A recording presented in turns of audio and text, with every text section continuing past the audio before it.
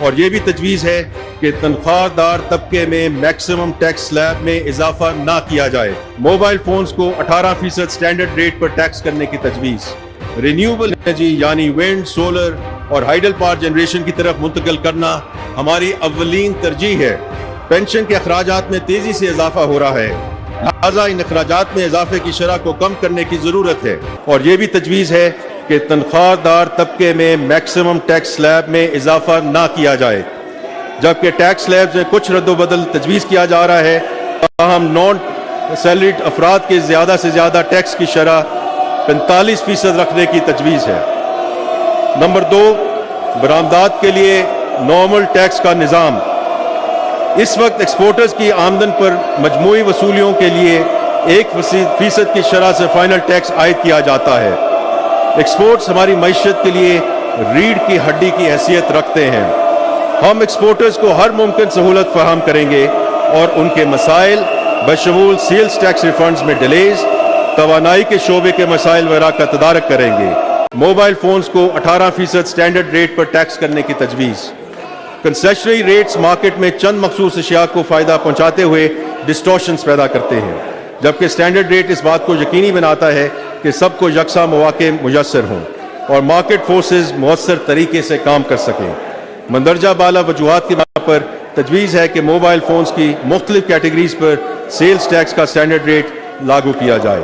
نجی شعبے کی سرمایہ کاری سے فائدہ اٹھایا جائے گا، جس سے پلانٹرز، ٹریکٹرز، تھریشرز، ہارویسٹرز اور موبائل گرین ڈرائرز کے لیے فنانسنگ دستیاب ہوگی اور زرعی پیداواری صلاحیت بڑھانے اور ویسٹیج کو کم کرنے میں مدد ملے گی۔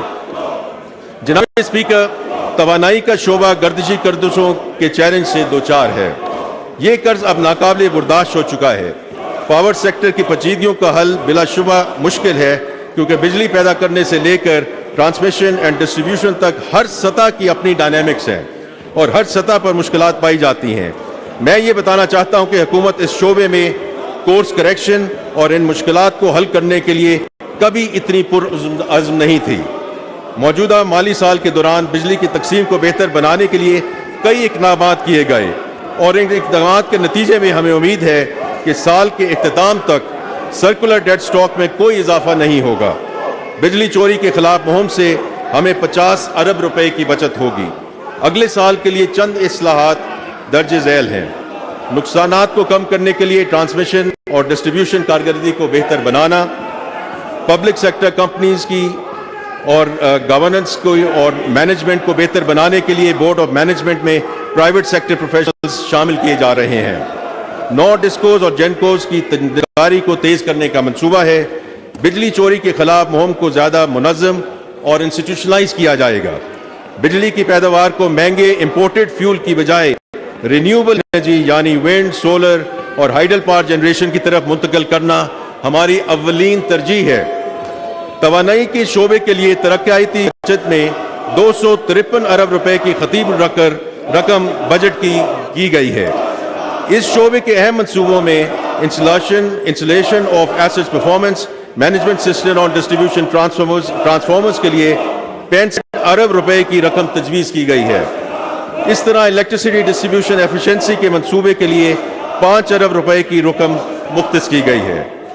جام شوروں میں 1200 megawatt coal power plant کے لیے 21 ارب روپے اور این ٹی ڈی سی کے سسٹمز بہتری کے لیے 12 ارب روپے کی رقم تجویز کی گئی ہے۔